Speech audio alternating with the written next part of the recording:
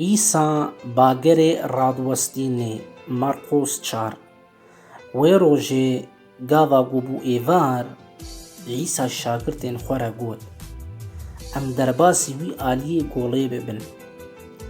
شاگرد ji elalətê yanî ji gel veqetiyan ketin qeyîka ku îsa tê de bû. Wan ew bi xwe re bir qeyîkê din jî wî re bûn.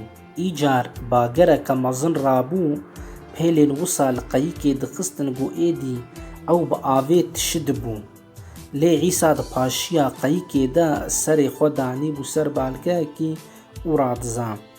Wan ew hişyar kir û gotin: Mamoste, ma ne xema te ye ku em hilak bibin?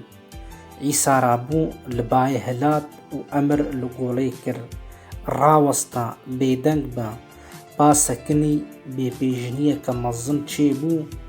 Îsa şagirtê xwe re got: Hûn çima ditirsin? Ma hê baweriya we tune ne?